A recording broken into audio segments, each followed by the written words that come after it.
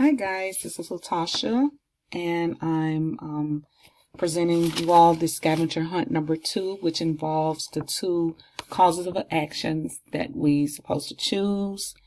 The 2 that I've chosen was false imprisonment and defamation, and the state that I've chosen was the state of Mississippi. Now, I'm not going to go just totally step by step because for the sake of time, I've already pre-selected my cases, my opinions, and as well as the state. Because I know that, it's like, starting from step 1, I go through and, like, for instance, go through here and choose Mississippi and all that. I've already done that. I've already pre-selected everything. So just for the sake of time, because I'm actually last minute doing this. So basically what I did, I've already chosen the 2 causes of actions, and that is the false imprisonment and defamation. I think when I first started doing this, I made it a little bit difficult for me because I did the quotation marks. For example, let's say fraud, close quotation marks, and then when I hit enter, it brought up like all these cases, and I'm going through 2 and 3 and 4 cases, and I'm seeing the word fraud highlighted, but some of these opinions does not have the elements stated. So I'm going back and forth and things like that, trying to find the actual elements to be specified in each opinion. So I was like, okay, this is WestLaw. So, we got these terms and connectors, and I hadn't been really using them as often as I should, to be honest. But basically what I did, using my first cause of actions, false imprisonment, what I did, I opened quotation marks, typed in false imprisonment, close quotation marks, and instead of leaving it like that, I actually did the /s, which means in the same sentence as elements of, enter.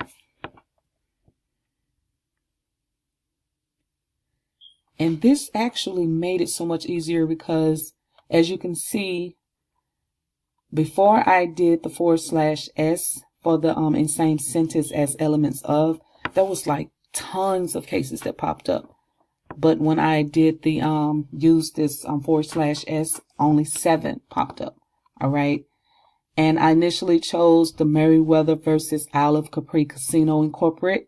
When I went in there, it did not list the elements.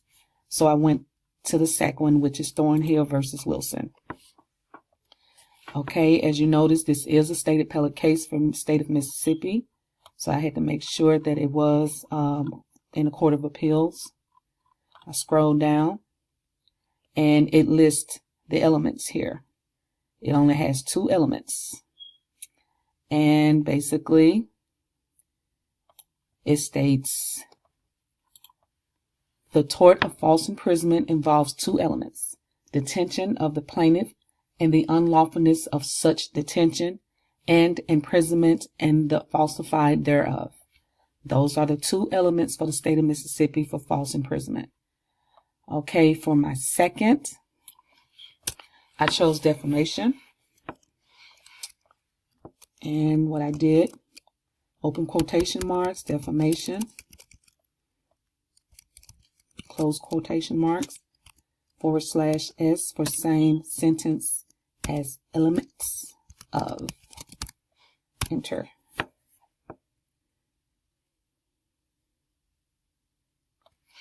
All right, and here we go. I chose the first one, Franklin versus Thompson. And again, I've already pre-selected these cases for the sake of time because I am pretty much running out of time to turn this in. So I chose Franklin versus Thompson. And again, this is a state appellate case in the state of Mississippi. I scroll down. And this is so much easier when everything is highlighted because your eyes get kind of cross-eyed looking for this stuff. But it's a good thing that WestLaw has everything that you need. I mean, these terms and connectors are like wonderful when you're trying to be specific on your search. Because I really had a hard time looking for this earlier. But here we go right here. To establish a claim for defamation, a plaintiff must prove the following elements.